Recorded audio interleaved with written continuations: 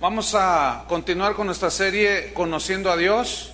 Este es el tema número 2 de nuestra serie Conociendo a Dios.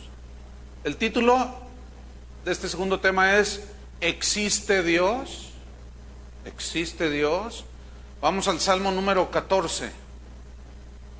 Salmo 14, versículo 1.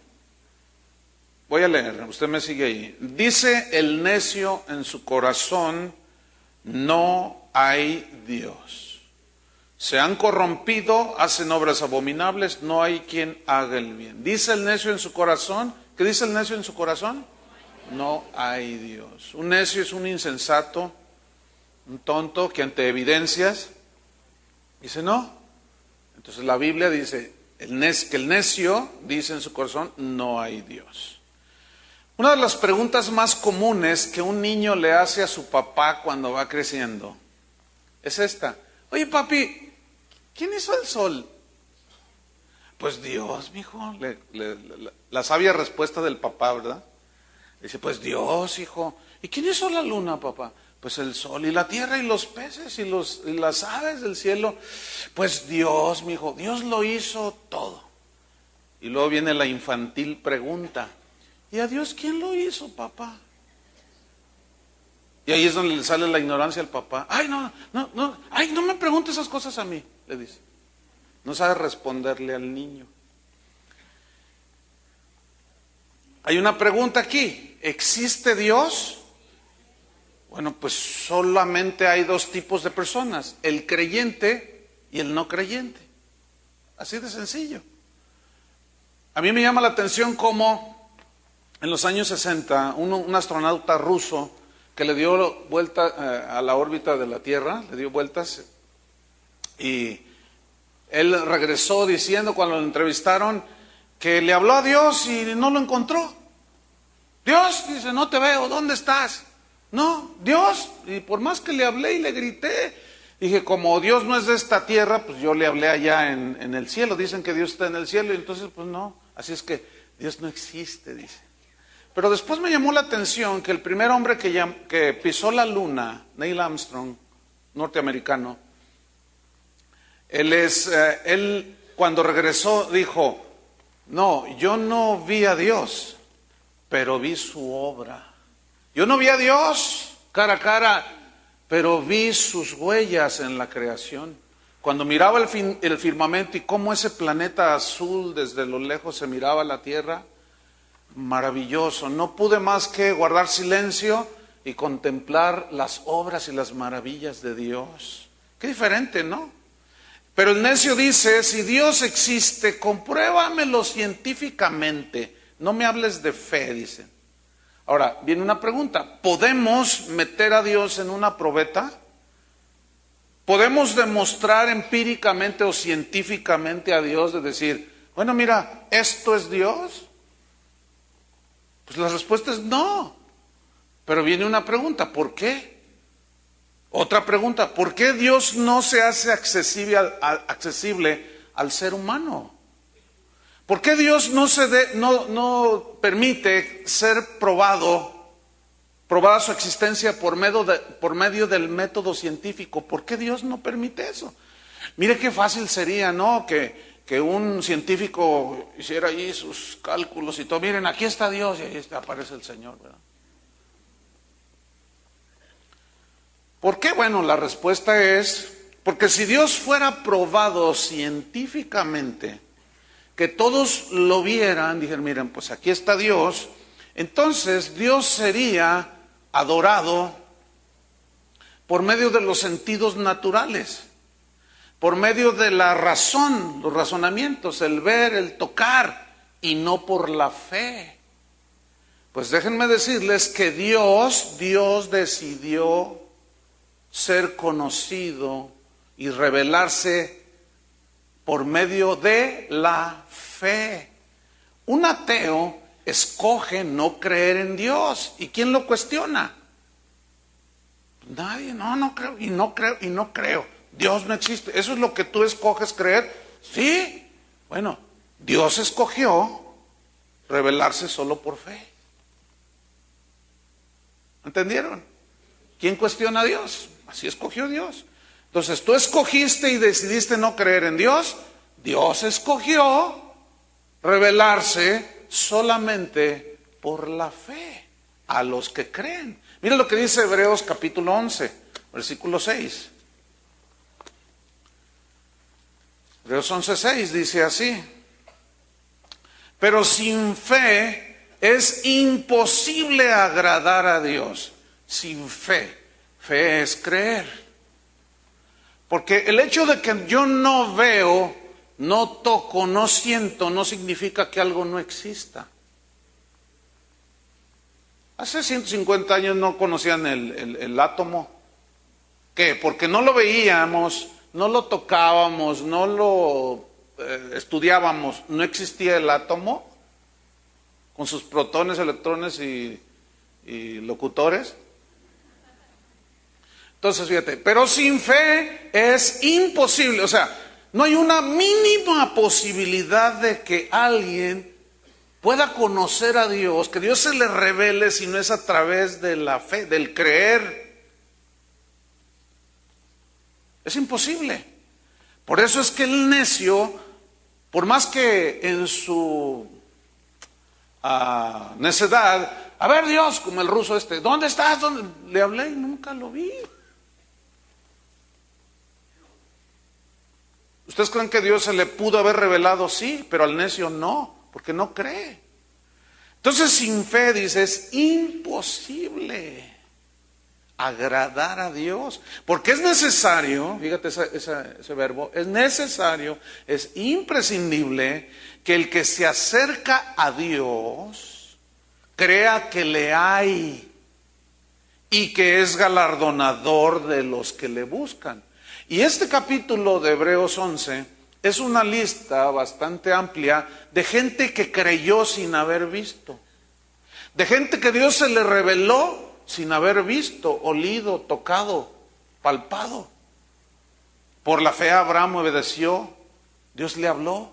Por la fe Noé, cuando le dijo prepara el arca, ellos obedecieron, creyeron y Dios se reveló a ellos. Entonces la única manera en que nosotros podemos conocer a Dios es mediante el estudio de las Escrituras, pero creyendo lo que dice la Escritura. Porque si alguno no cree, es imposible que Dios se le revele. ¿Me expliqué? San Agustín, que fue uno de los padres de la iglesia, por ahí en el siglo IV, por ahí más o menos, dijo lo siguiente: creo para entender. Fíjate bien, qué interesante. Dice, yo primero creo para entender. No trato de entender para luego creer. Este hombre vivió una vida muy disipada, muy envuelta en el pecado, pero buscando a Dios, lo encontró, se le reveló. ¿Por qué? Porque creyó. Y él escribió esto que es muy interesante: creo para entender. Tomás, ¿qué dijo Tomás? No, hasta que no vea y meta mis manos, a ver, sentido natural, tocar, sentido natural, hasta entonces voy a creer que Jesús resucitó. Y Jesús le dice, ven, se les aparece, ven, mete tus manos aquí, en mi costado. Ay, Dios mío. Creíste porque me viste, pero si no me hubieras visto, ¿qué? Más bienaventurados son los que creen sin haber visto a Dios. Porque a Dios nadie le ha visto jamás en toda su manifestación. O sea, como Él es Dios. Mira, alguien me dijo, oye, pero la Biblia dice que Moisés habló cara a cara. Es una expresión para hablar de la comunión que Moisés, tenía con Dios. Pero verlo en toda su manifestación, caes muerto, fulminado como el rayo de anoche. Nadie ha visto a Dios, ni lo puede ver. Dios habita en luz inaccesible. Él es invisible. ¿Cómo lo vamos a ver cara a cara? Son expresiones solamente para nosotros que hablan de la comunión que tenía. Ahora, cuando Jesús dijo, el que me ha visto a mí ha visto al Padre, Es verdad, pero en el sentido de que Jesús vino a revelar al Padre, pero Dios, o sea, Dios, nadie lo ha visto jamás, solamente el Hijo. ¿Sí? Pero luego Jesús dijo, y a quien el Hijo se lo quiera revelar, pero si no cree, la persona no se lo revela. Entonces siempre va a estar diciendo, si Dios es amor, si Dios existe, por las típicas preguntas infantiles, ¿no? ¿Por qué hay tanta desgracia? Saber si Dios es amor, ¿por qué pasa esto? Una vez yo les puse una ilustración de un ateo, de esos que siempre andan diciendo, ¿verdad? O un escéptico, de esos que siempre andan diciendo, pero si Dios existiera, ¿por qué hay miseria? ¿Por qué hay pobreza? Si Dios existiera, ¿por qué permitió esta tragedia? Si Dios existiera, ¿por qué esto? Y el hombre era peluquero. Entonces un día estaba un cristiano esperando ahí el camión, y en eso llega el ateo, ¿no? Y se conocían. Entonces le dice el ateo, ¿qué? ¿Todavía sigues creyendo en Dios? Dice, claro. Ya te he dicho, mira, cuando me lo muestres, aquí está Dios, yo te voy a creer. Y el otro día, pues ya, hablar con un necio te haces necio. Entonces le dice el necio, le dice, mira, ya te he dicho, si Dios fuera amor, ¿por qué permite la miseria? ¿Por qué permite esto? Y el peluquero, pues escéptico, ateo, le contesta al cristiano, ah, bueno, sí, está bien, ya, nada más para... Difícil, ¿no? Pero de pronto ven que enfrente en la esquina está un hombre vagamundo con el pelo largo, sucio, una barba como de 1 metro, impresionante así, todo lleno de vello, ¿sí? Entonces le dice, oye, qué mal peluquero eres, te falta amor, ¿por qué me dices eso? Porque mira cómo está aquel. Tú eres peluquero, ¿no? Ah, pues es bien fácil eso, ¿por qué no va a la barbería y yo le corto el pelo y lo rasuro? Dice, pues es exactamente, ¿por qué no van a Dios? Le contestó, y aquel así como que se le movió el tapete, ¿no? Hebreos 11, versículo 3, dice, por la fe, fíjense de dónde Agustín tomó su frase que se hizo célebre, creo para entender, no trato de entender para creer, concuerda perfectamente con la Biblia. Por la fe entendemos. Y aquí entender significa ejercitar la mente, fíjese qué interesante. Por la fe ejercitamos la mente, o sea, pienso, ¿sí? Razono. Por la fe entendemos, y ese razonamiento pues es espiritual, es obvio. Haber sido constituido el universo por la palabra de Dios, de modo que lo que se ve fue hecho de lo que no se veía. Por la fe entendemos, comprendemos, significa haber sido hecho, ¿qué? El universo por la palabra de Dios.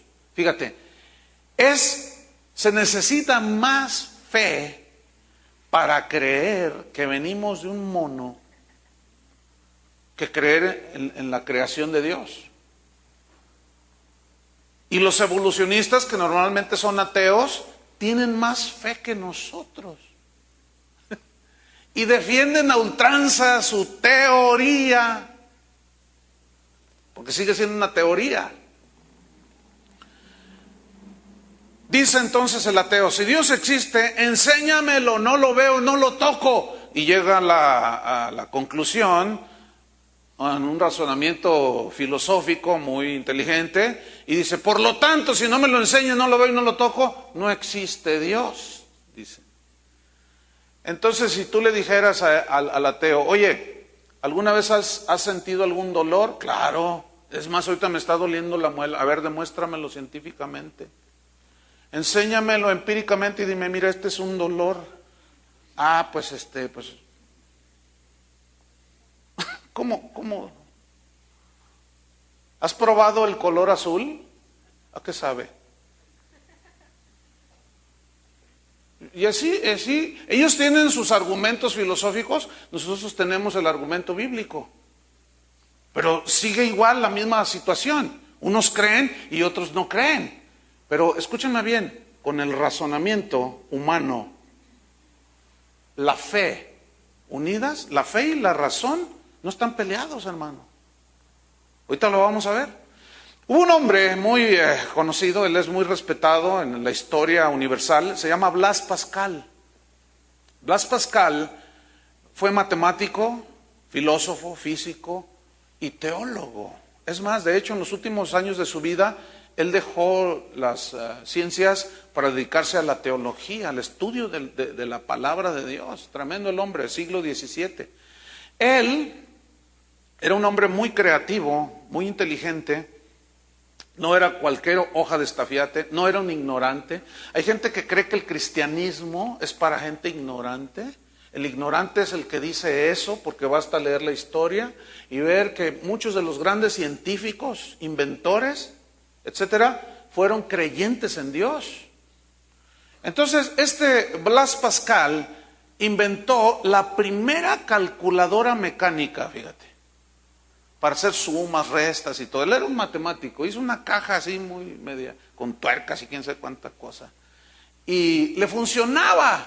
Bueno, él puso las bases para lo que hoy conocemos como la computación, las bases en las matemáticas.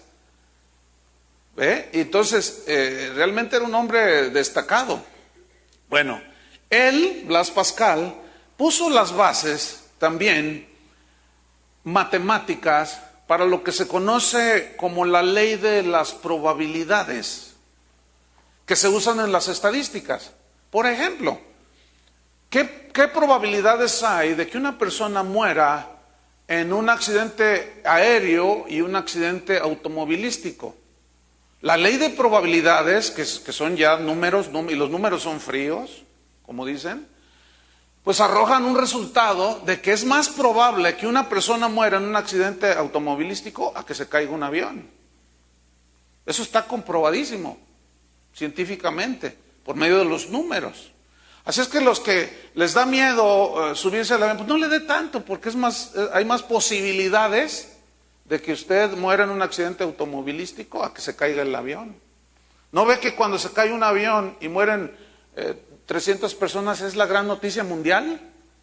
Pero nada más vea cuántos se mueren en ese país donde se cayó ese avión por accidentes automovilísticos, tan solo aquí en Guadalajara.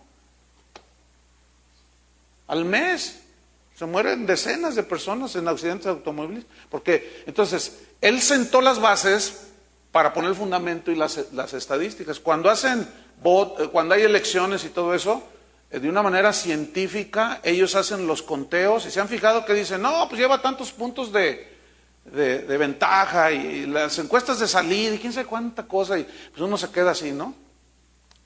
Y luego ya al final dicen, ay, pues tenía razón, oiga, pues es que es una ciencia. Bueno, Blas Pascal puso las bases para este asunto. Otro ejemplo, usted compra un billete de lotería, usted tiene fe que se la va a sacar. Miren, eso sí tiene fe la gente. Y mucha fe, porque resulta que 1 millón de personas compraron también un cachito de lotería. Ese 1 millón de personas cree que se va a sacar el premio mayor. Pero de ese 1 millón, solamente 1 se va a sacar el premio mayor. Pregunta, según la ley de probabilidades, fíjense, escuchen bien, porque ustedes razonan y son inteligentes. Según la ley de probabilidades, ¿qué porcentaje de probabilidades hay de que usted se saque la lotería, el premio mayor? 1 en 1 millón, pero el millón sigue creyendo que todos se la van a sacar. Que ellos son el afortunado. Entonces, ¿qué onda con eso? Falta más razonamiento. Por eso es que el cristiano es objetivo. El cristiano camina con el razonamiento, con la inteligencia funcionando. Y el cristiano no anda comprando boletitos de rifas y esas cosas. Pues, tan solo con esta ley de probabilidad, ya te das cuenta. Una vez, me acuerdo, un hermano le dijo a su papá, papá, toda la vida te la has pasado comprando billetes de lotería, nunca te sacaste nada, algún día, hijo, algún día. Y el hombre ya estaba viejo. Y luego volteó y me dice, tiene más de 50 años comprando, pastor. Entonces, ¿cuánto gasta al mes? Y ya me dijo, y dije, bueno, vamos a ponerlo al mismo precio. Y empezamos a hacer cuentas. Eso cuesta una casa, dice. Y ni casa tenemos, papá. Ay, papá. Bueno, pues este Blas Pascal, con esta ley de las probabilidades, él planteó, en un debate que hubo en una universidad en Europa, él planteó lo que se conoce como la apuesta de Pascal. Había un debate y había algunos escépticos ateos que dieron sus argumentos ante el auditorio, los estudiantes, y probaron que Dios no existía, según ellos, con sus argumentos. Entonces, Blas Pascal aquí dio a conocer lo que, repito, se conoce como la apuesta de Pascal, que según las leyes de probabilidades, escuchen, hay 50% de probabilidades que Dios exista y 50% de probabilidades que Dios no exista. Entonces estamos a mano, los creyentes y los no creyentes. Entonces, Blas Pascal dijo, pues sus aspectos filosóficos, sus razonamientos son muy interesantes, pero el mío es mejor, les dijo. Y lo tacharon de soberbio. Dice, no, pero déjenme explicarles por qué es mejor. Escúchenme, dijo. Y ahí va lo que él dijo. Mira, según esta ley, tú puedes creer en Dios. Si existe, pues saliste ganando, ¿verdad? Ahí está, 50%. Tú puedes creer en Dios.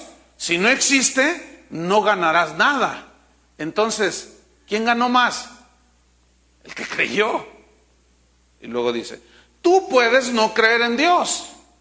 Si no existe, no ganaste nada.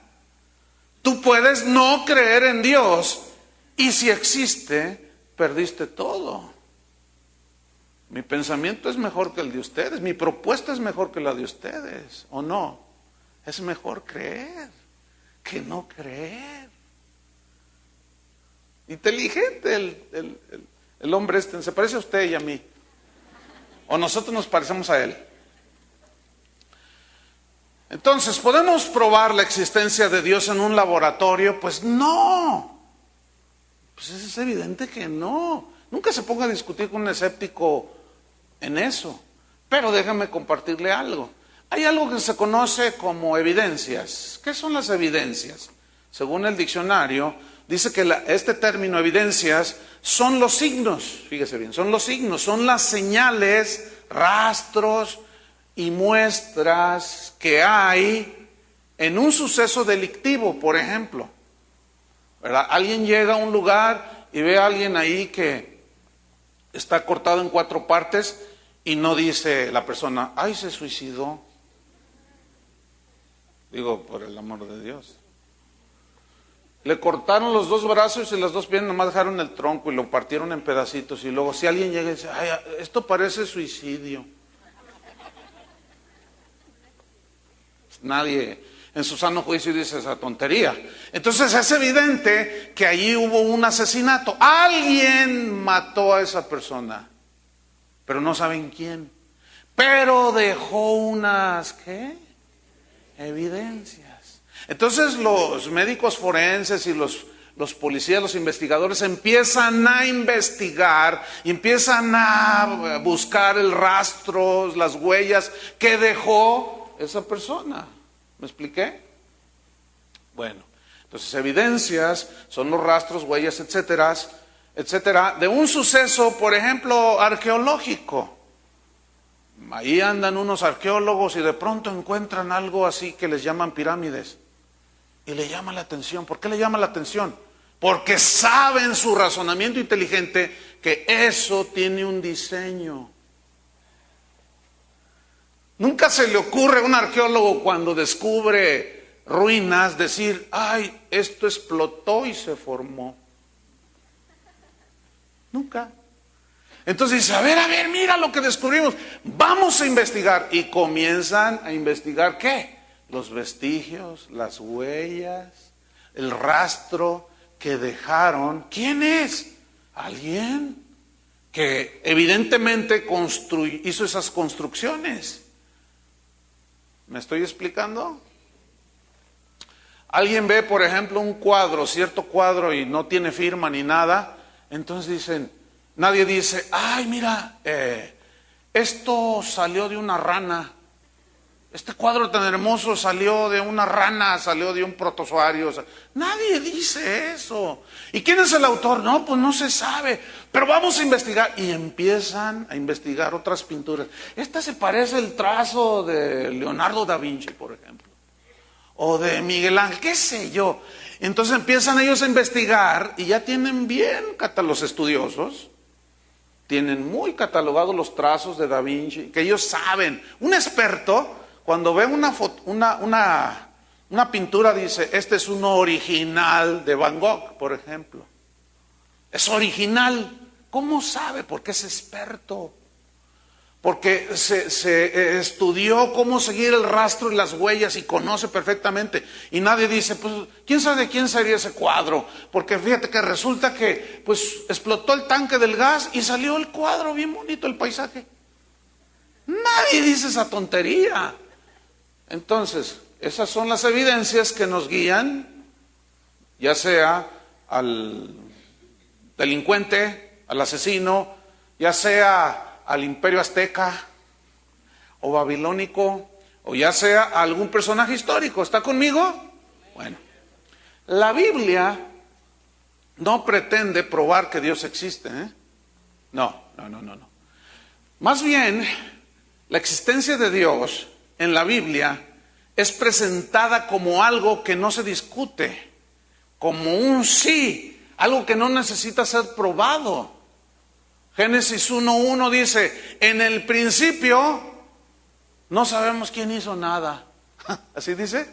En el principio creó Dios los cielos y la tierra. Pero yo no creo eso. Ajá, ese es problema tuyo. El hecho de que no creas, bueno, pues, ¿qué? Ni modo. Pero vayámonos a la ley de probabilidades. En el principio creó Dios los cielos y la tierra. Entonces, los cielos y la tierra, fíjate. Principio es tiempo. Cielos, tierra, materia.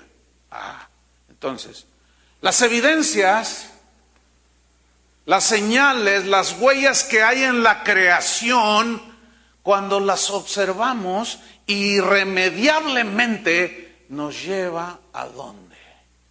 A ver, díganlo. Díganlo, dije. Hoy todavía, bueno, allá usted sí cree o no en Dios, ¿verdad, Chuy? ¿O están todavía dormidos? Apenas estamos empezando y a algunos ya se le fundieron los fusibles. Bueno, pues ni modo, se fundieron como las luces. Está bien, bueno, ¿qué podemos hacer? Entonces, las evidencias de la creación, las señales, las huellas que hay en la creación, lo maravilloso de ella, nos llevan irremediablemente a Dios. Hay testimonios de científicos que al estar estudiando su ciencia, ven la maravilla de la creación de Dios, de cómo está formado. Y podemos hablar de doctores, de físicos, que al observar la naturaleza dicen, pero es que qué increíble es esto. O sea, ¿cómo es posible? Empiezan ahí a luchar con sus razonamientos y pensan, ¿cómo es posible? A ver. Tenemos unos pulmones. Solo la Tierra tiene una atmósfera de oxígeno.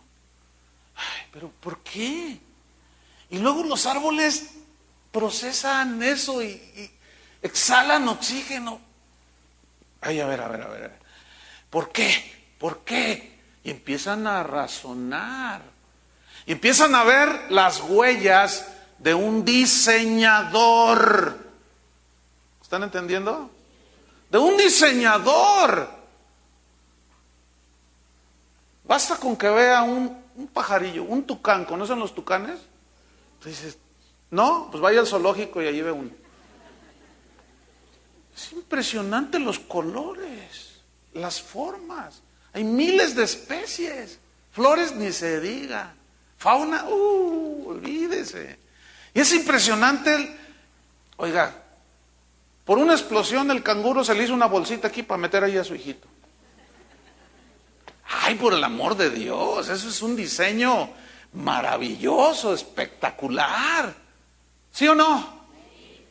Que vuele una ave. ¿Por qué usted no vuela?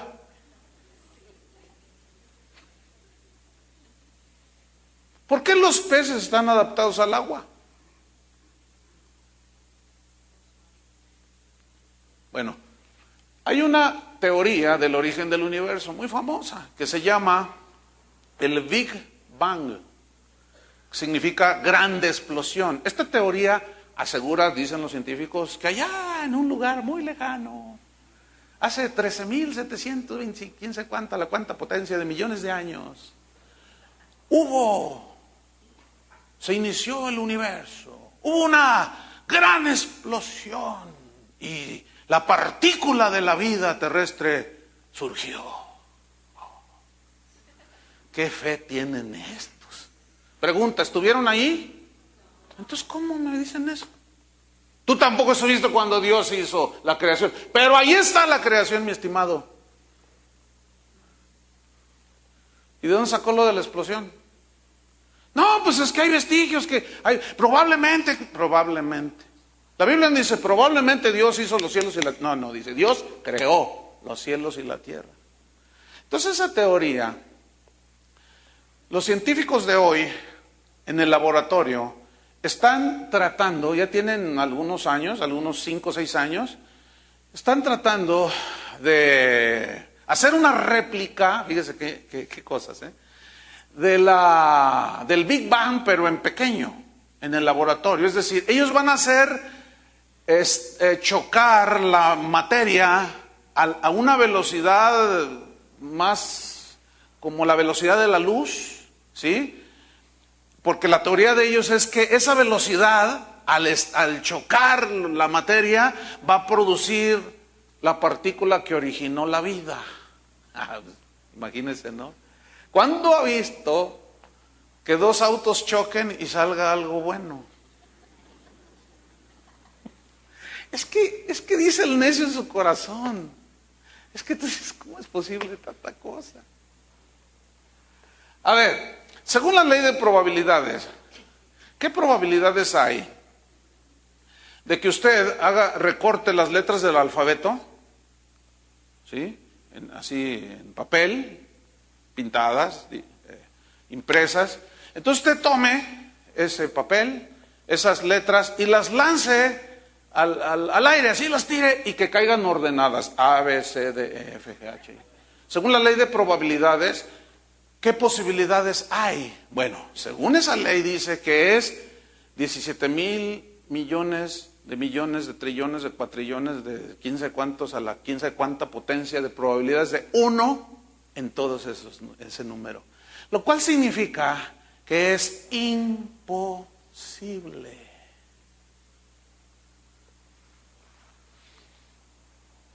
A ver, agárrese un bote de pintura, métale rojo, colores y mézclelo. Y le doy permiso de que en esa pared usted, así con fuerza, lo lance ¡fah! Y salga un paisaje bien bonito. Según la ley de probabilidades, es 1 en millones y millones y millones y millones de veces. Lo cual significa que es imposible que en un evento así salga algo totalmente ordenado. Más bien, todo tiende al desorden. Deje usted de hacer el aseo en su casa y ¿cómo va a estar? Entonces, ¿cómo que está evolucionando? ¿O cómo que evolucionó? Si la segunda ley de la termodinámica dice que todo va en detrimento, en corrupción, se desgasta. ¿Están entendiendo o no? Entonces, ¿de dónde sacan? Pues de la mente necia, insensata, que no mira todas estas cosas, porque hay necedad en su corazón. Entonces, la creación dan testimonio de un creador. Hay un diseñador. Y claro, el ateo te va a decir, ¿y quién diseñó a Dios? Y es interminable el debate. Salmo 19. ¿Y todo a qué se reduce? A creer o no creer. Pero el que cree tiene más posibilidades, ¿no es cierto? Según la ley de Pascal. Salmo 19, versículo 1. Dice así: Los cielos cuentan la gloria de Dios. ¿Qué significa esto? Aquí cuentan significa proclamar, significa evidenciar, significa hablar. Los cielos evidencian ¿qué? La gloria de Dios. Los cielos proclaman, hablan de la gloria de Dios. Note, la creación no es Dios, eso se llama panteísmo. No se confunda. Versículo 1 sigo. Y el firmamento anuncia la obra de sus manos. Es decir, el firmamento nos habla, nos muestra la obra de las manos de Dios, su hechura. Versículo 2. Un día emite palabra a otro día. Un día habla a otro día. ¿Qué habla? Y una noche a otra noche declara sabiduría, enseña sabiduría, muestra sabiduría. ¿A qué se refiere? Mire, si usted es observador, o usted sabe perfectamente que el sol sale todos los días, ¿no es verdad? Pero con una exactitud de reloj suizo. Impresionante. Tiene miles de años saliendo por el mismo lugar y hace un recorrido. ¿Cuánto dura el día? 24 horas. Con una exactitud impresionante. Pero no todos observan eso. Un día emite palabra otro día y el sol sale. Y tú lo miras. ¿Cuánto puede aguantar el hombre, una persona, mirar al sol directamente? Un par de segundos, ¿no es cierto? Y así algunos quieren mirar a Dios, cálmese. Mientras estemos en este cuerpo no podemos. Basta con creer. Pero las obras de la creación me hablan, me dicen que hay un diseñador increíble, muy inteligente y muy sabio, que hizo todo bueno, dice, que hizo los peces, las aves, y dijo, es bueno en gran manera, es bueno en gran manera. ¿Se imagina? A ver, haga usted un pajarillo, pues solo dibujado, oiga. Nadie puede crear la vida. Cuando el verbo crear, en el principio creó Dios, ese verbo es una palabra hebrea, vará, con B grande, y significa crear de la nada. Crear de la nada. Y solamente Dios es el único capaz de crear de la nada algo.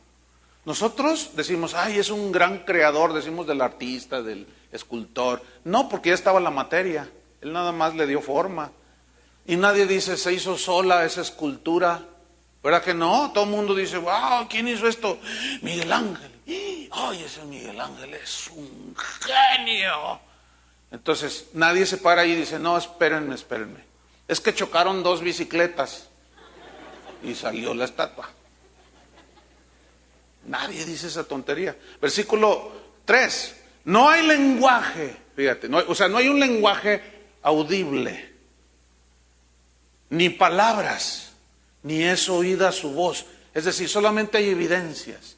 Así como el rastro que deja un asesino, como el rastro que dejaron los antiguos, como el rastro que deja un personaje histórico, la creación es el rastro que dejó Dios. Pero ya no habla Dios, ya habló y creó. Nada más está la evidencia. Versículo 4, por toda la tierra salió su voz. Parece una contradicción con el versículo 3. No es oída su voz, pero salió su voz. No hay contradicción, porque la creación pues no habla. ¿Y qué significa que salió por toda la tierra su voz? Que en el principio dijo Dios, sea la luz, y fue la luz. A eso se refiere. Hasta el extremo del mundo sus palabras. Es decir, Dios habló y fueron creadas. En ellos, o sea, en los cielos puso tabernáculo para el sol. Y como esposo que sale de su tálamo, se alegra cual gigante para correr el camino.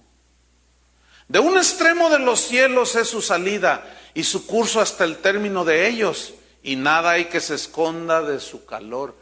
Narra sobre la creación, pero noten, del 1 al 6, David, que escribió este salmo, está hablando de la creación, pero la creación no es Dios.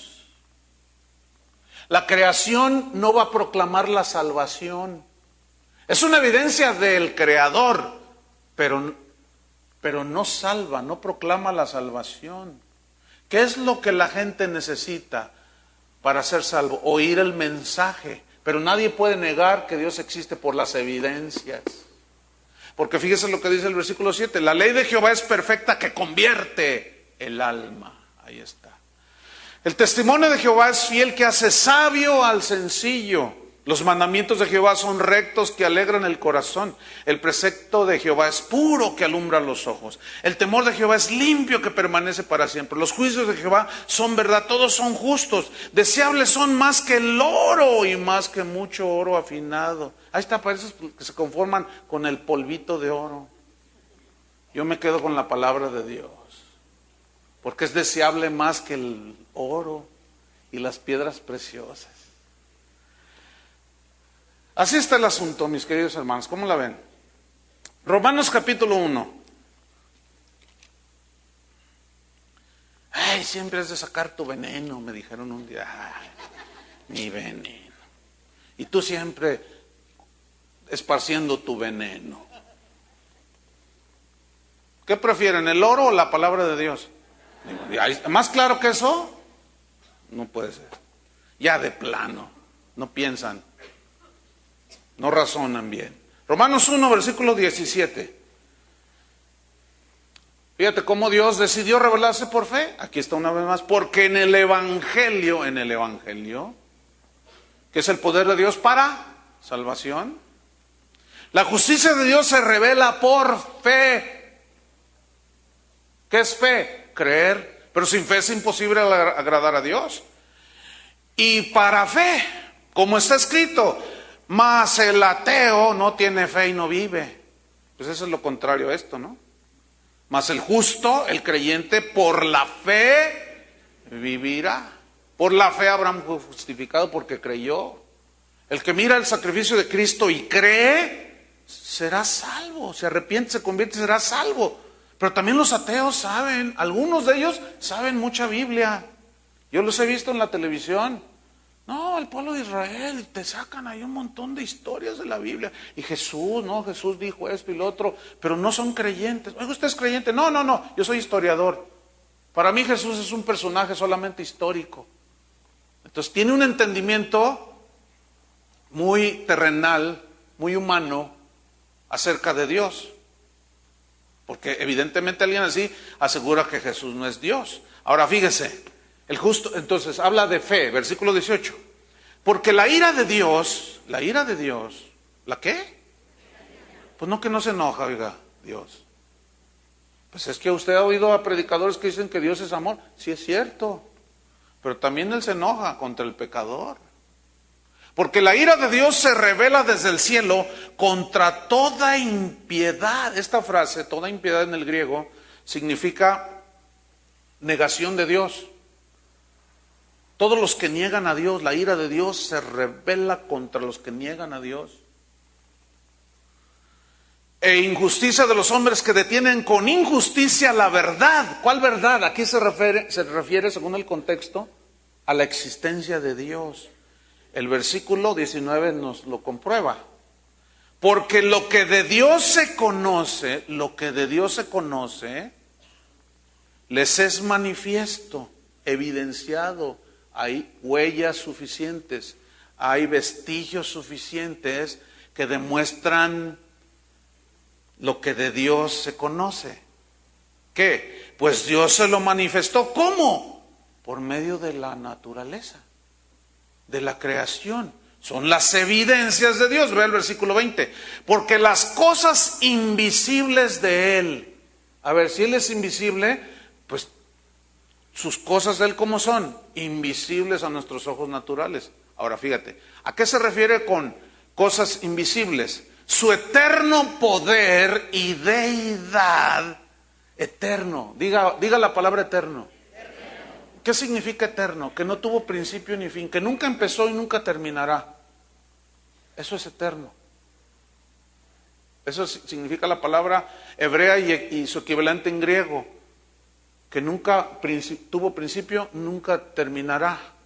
Yo soy el alfa y la omega, el principio y el fin. Cuando dice principio no significa que tuvo un inicio, sino que todo está encerrado en Dios, que es eterno.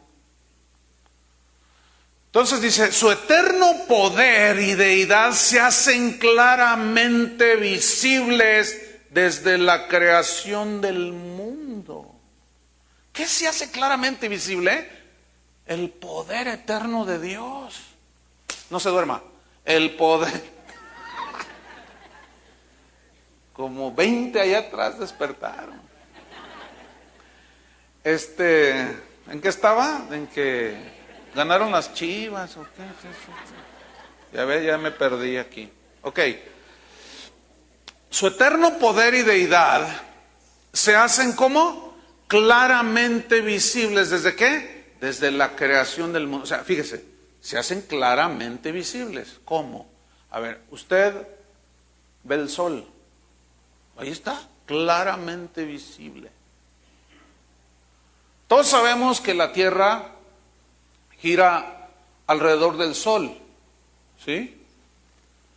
Pero la Tierra gira en su mismo eje, a una velocidad, ay, no me acuerdo, ahorita se me olvidó, es que se me confunden los números. La velocidad de rotación de la Tierra que va así y se traslada, es el movimiento de traslación alrededor del sol y va girando. Y ustedes saben que hay un efecto, no sé cuántos de ustedes cuando recuerdan que estábamos en la escuela y la maestra nos ilustró de por qué si la Tierra gira, por qué no salimos volando. ¿Y por qué estamos parados así? Pero la Tierra se va moviendo a una velocidad extraordinaria, exacta. Si dejara de moverse, salimos volando. Y si se moviera más fuerte, ¿quién sabe qué pasaría? Nos anclamos, no podríamos movernos. Ay, es que explotó el universo y así se formó todas las leyes exactas. Entonces, todos conocemos eso, la Tierra gira, pero ¿quién la impulsó? Porque las leyes de la física dicen que un objeto se mueve según la fuerza que se le da para impulsarla. Usted agarra una pelota, un balón de fútbol y le da vueltas así, en el dedo, ¿verdad? ¿Alguno lo ha hecho? Y está ahí, y todos los niños, mira Maradona, dice, y está ahí. Y la pelota girando. Y cuando el giro empieza a perder fuerza, le vuelve a dar un impulso. Y ahí se mantiene, ¿no es cierto? Yo creo que Dios está ahí dándole vuelta a la tierra, ¿verdad?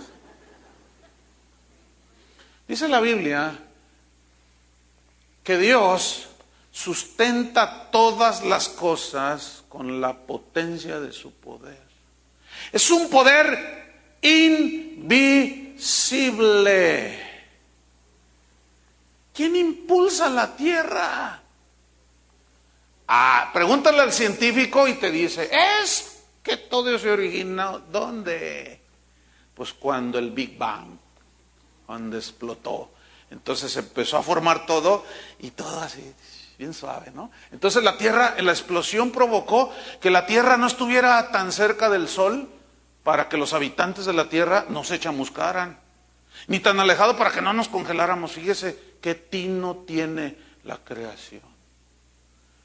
Nuestra madre naturaleza. La naturaleza no es madre.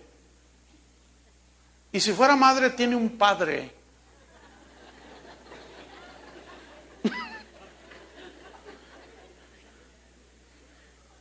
Algunos están así como, hijo, bienvenidos a la clase de...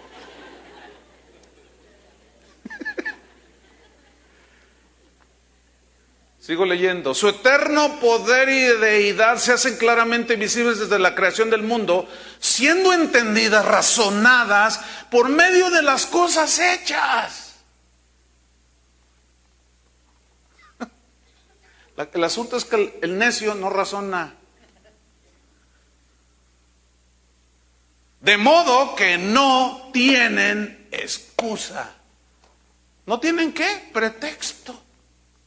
Por más que le inventen que el Big Bang, que mi abuelita era una rana, que mi abuelito era un chango, por más que le inventen, digo, oiga, qué manera de rebajar la dignidad del hombre.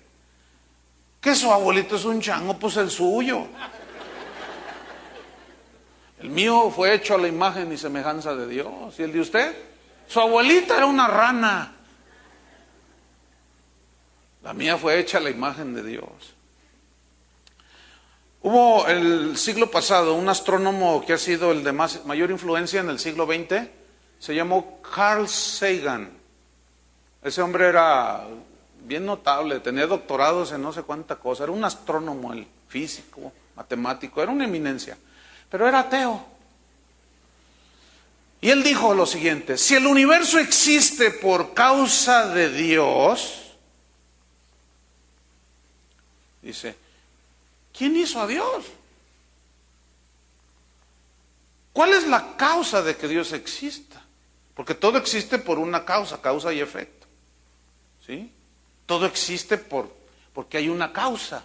¿Por qué causa existe el universo? Porque Dios lo hizo así, pero a Dios ¿quién lo hizo? Dijo. Entonces, si Dios, dijo él, ¿cuál es la causa que Dios exista? Si Dios fue creado, pues entonces no es Dios. Por lo tanto, mire qué razonamiento tan inteligente. Por lo tanto, Dios no existe, dice. Pero resulta que él murió, me parece que de cáncer. No estoy muy seguro, no recuerdo bien, pero parece que murió de cáncer. Y dicen, yo lo leí esto cuando él murió en el 1996.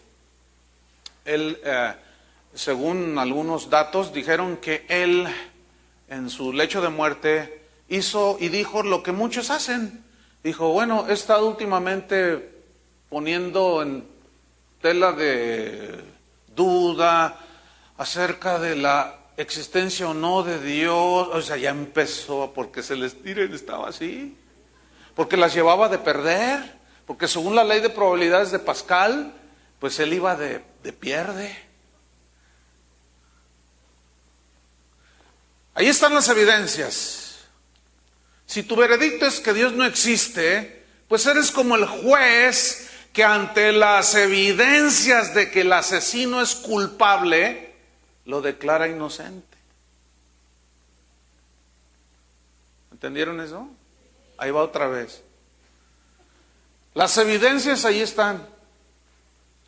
Si tu veredicto es que Dios no existe, eres como el juez que ante las múltiples evidencias de que el asesino es culpable, lo declara inocente. Todo mundo sabe, los testigos que lo vieron que lo mató, dicen, es que yo vi que lo mató, pero el juez dice, inocente.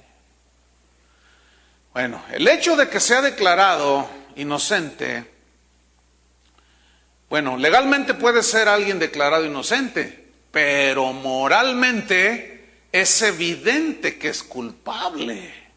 ¿No es cierto?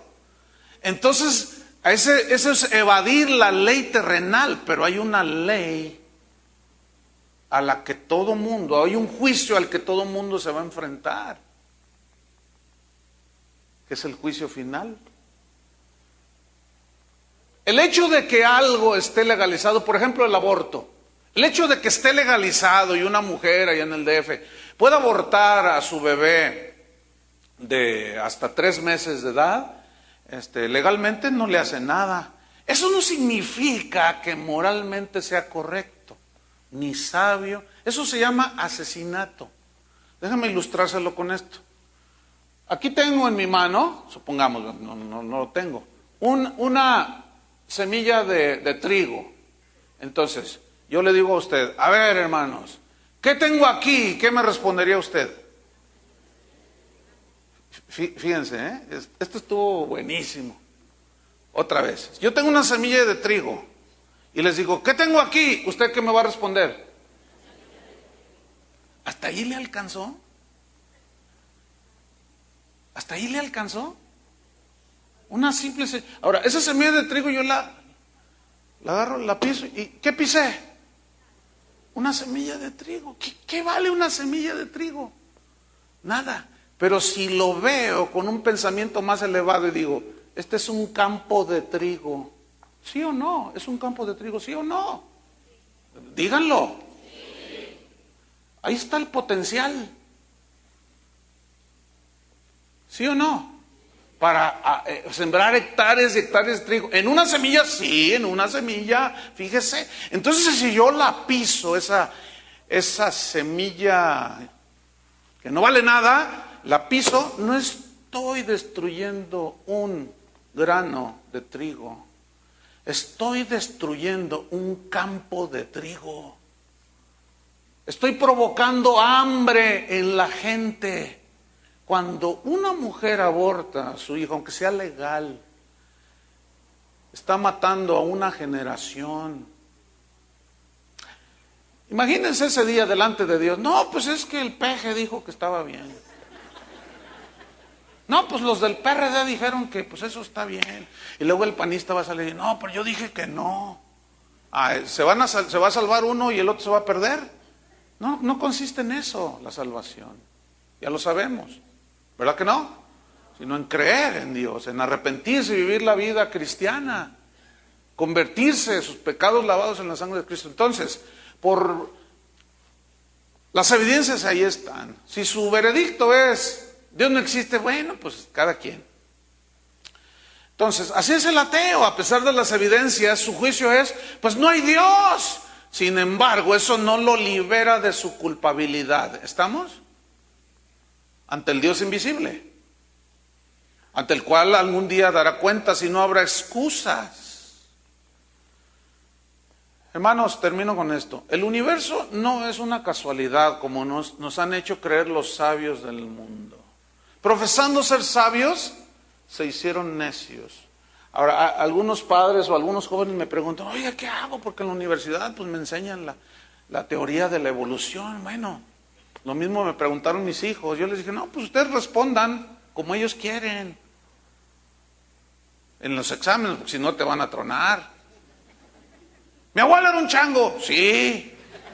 Tú sabes que no.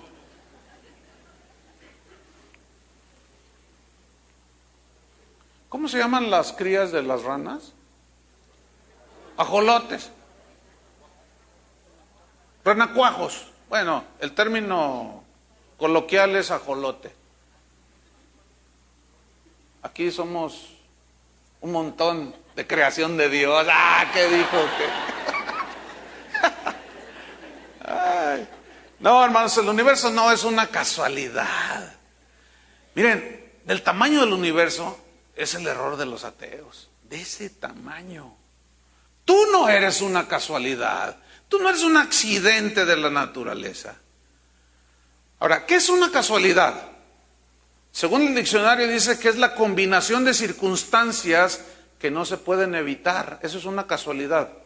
Hubo un científico, este está bien interesante y termino, llamado Jules Henry, era un francés. Esto hace un par de siglos.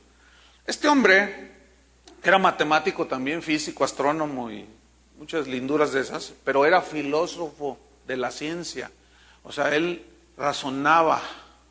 Y fíjense lo que dijo él acerca de la casualidad. Dice, si al salir de mi casa, yo a las 12 p.m. dijo, y me cae justo cuando yo salgo de mi casa, me cae en la cabeza una teja del techo, y digo, ¡ay, qué casualidad! ¡Ay, qué mala suerte! Dice. ¡Qué mala suerte! ¡Qué casualidad! Esa teja tenía que caer justo a las 12, cuando yo salía. Pero luego él razonaba, lo dejó plasmado ahí y dijo, sin embargo, escúchenme, dijo, sin embargo, seamos objetivos, esa teja no cayó por casualidad ni por mala suerte. Lo que sucede es que se cayó porque estaba mal puesta. El viento sopló fuerte y la hizo caer. Pues esas son cosas que yo desconocía, que estaba floja la teja y que iba a soplar el viento. Eso yo lo desconocía y por eso le llamamos a eso casualidad o mala suerte. Dice, mi razonamiento es este. La casualidad es el nombre que le damos a nuestra ignorancia.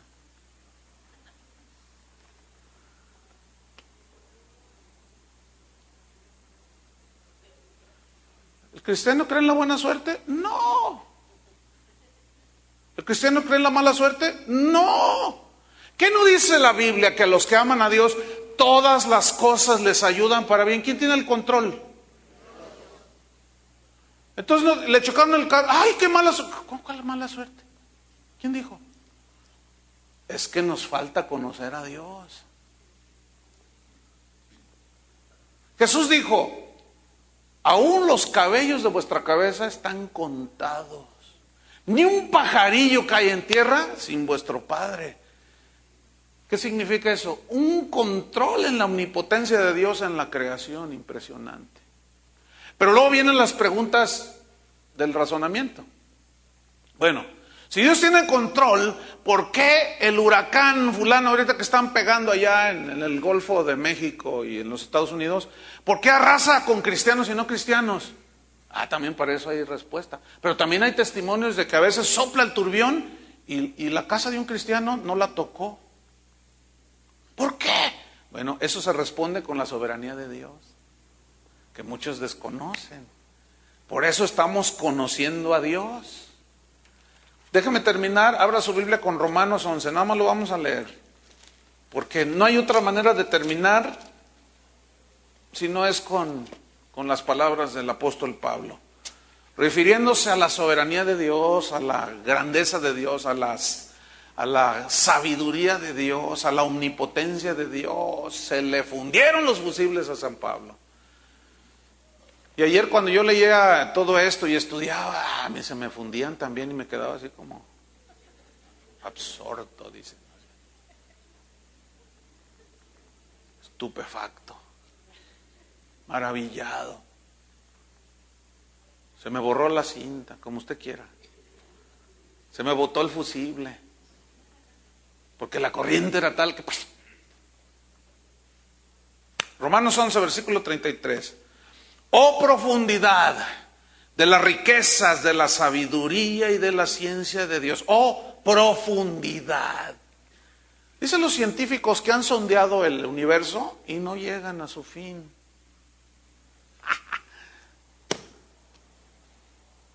Oh profundidad. Eso significa infinito, sin fin. De las riquezas de la sabiduría. Oiga, yo cuando veo ciertos pajarillos, yo soy muy observador de la naturaleza y me gusta mucho.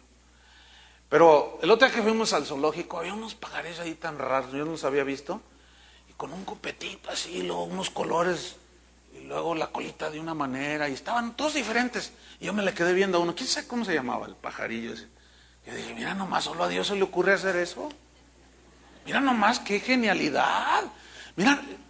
Y yo estaba hablando allí con mi esposa, pero se dio la media vuelta y ni me fijé, yo hablando solo, y yo veía que la gente, era una jaula. Y luego volteé y yo pensaba que, los miraba por acá, yo pensaba que mi esposa, no, mira nomás, qué grandeza de Dios y quién sabe qué. Y han de haber dicho, este está bien loco. Ha de ser el científico loco. Oiga, solo a Dios, esos trazos así, las plumas. Un cóndor, el ave más grande que hay, junto con el albatros, es un monstruo impresionante, con unas alas que tú dices, ¿cómo se le ocurrió? Pajarillos con el pechito aquí rojo. Y todo producto de la explosión, ¿eh?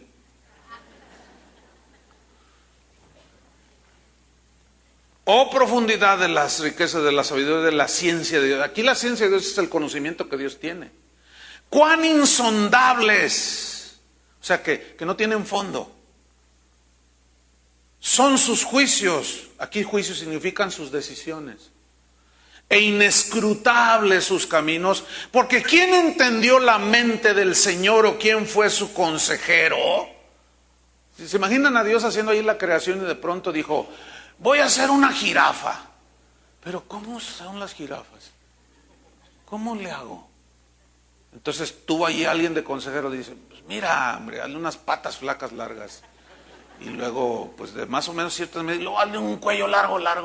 Ay, no se me había ocurrido. Qué buena idea tengo.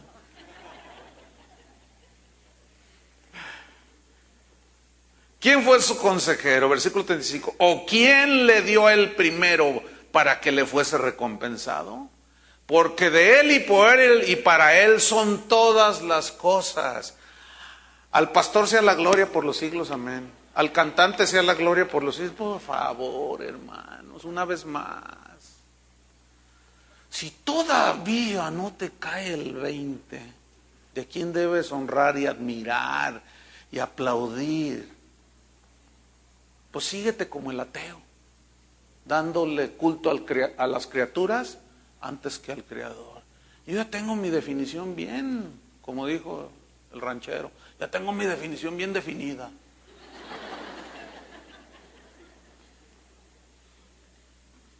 Nos falta conocer a Dios, ¿verdad?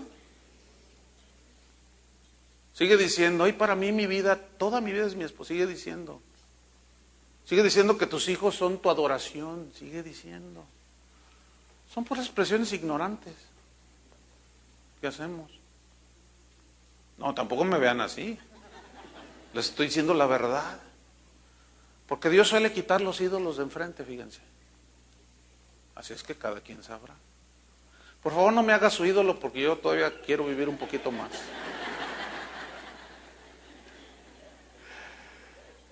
Aleluya. Pónganse de pie.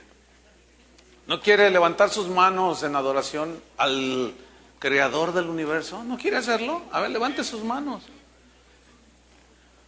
Acuérdense que somos polvo, hermanos. ¿Qué somos? ¿Qué somos? Polvo. Qué grandeza de Dios, hermanos. Señor, te damos gracias. Como dijo el salmista, cuando veo los cielos, obra de tus manos, la luna, las estrellas que tú formaste, cuando escucho el cantar de los pájaros, soplar el viento, mover esos árboles, cuando contemplo el mar, los peces. Con razón salió del autor de aquel gran himno antiguo de más de 100 años, cuán grande es Él. Él escribió y dijo, Señor mi Dios, al contemplar los cielos, dijo, el firmamento y las estrellas 1000, al oír tu voz en los potentes truenos y ver la luz, el sol brillar en su cenit, dijo, mi corazón entona la canción, cuán grande es Él. ¿Quién es el grande, hermanos? Él. Bueno, ese grande Dios es tu Padre. Algunos dicen que la madre naturaleza, la naturaleza no tiene madre, tiene un Padre. ¿Sí o no? Y ese es nuestro Dios. Se oyó feo lo de hace un rato, ¿no? Pero lo dije sin ninguna mala intención. No, la naturaleza no es madre de nadie. Ella es creación del Padre de todos nosotros. Y nos la dio para que la disfrutáramos, hermanos. Disfruta lo que Dios hizo. Pero no se te olvide que la gloria es para Él. Señor, te damos gracias. Te damos gracias. Faltan palabras, Señor, para expresar nuestra gratitud. Reconocemos que somos polvo, no somos nada. No podemos cuestionar al Dios creador del universo. No. Pero sí nos hace falta conocerte, Señor. Necesitamos conocerte más en tu grandeza, en tu santidad, tu omnipotencia, omnipresencia. Gracias, Señor, por tu palabra en la cual te has revelado. Y nosotros por la fe entendemos. Tu palabra dice que no se alabe el sabio en su sabiduría ni el rico en sus riquezas, sino en esto el que se hubiere de alabar, en entenderme y conocerme. Señor, te queremos conocer cada día más. Queremos conocer más de tu soberanía, de tu gracia, también de tu ira, de tu enojo. ¿Por qué es que tú te enojas contra el pecador? ¿Por qué es que lo amas y lo perdonas cuando se arrepiente? Tu santidad, Señor. tus juicios. Queremos conocerte. Gracias, Jesús, por venir a darnos a conocer al Padre. Tú eres la imagen del Dios invisible, el que está por sobre toda la creación, porque en Cristo, en Él fueron hechas todas las cosas, sean principados, potestades, lo pasado, lo presente, todo fue hecho por medio de Él y para Él, y nosotros somos también obra de tus manos, Señor. Somos tu máxima creación. Tú no moriste por el mundo animal ni vegetal, tú moriste por la humanidad, por nosotros. Te acordaste que éramos polvo, y este polvo, Señor, tú lo estás formando, lo estás transformando, y tú quisiste salvarnos, Señor. Te damos las gracias. Queremos conocerte más, Señor, en el nombre de Jesús. Amén. Que Dios les bendiga, hermano.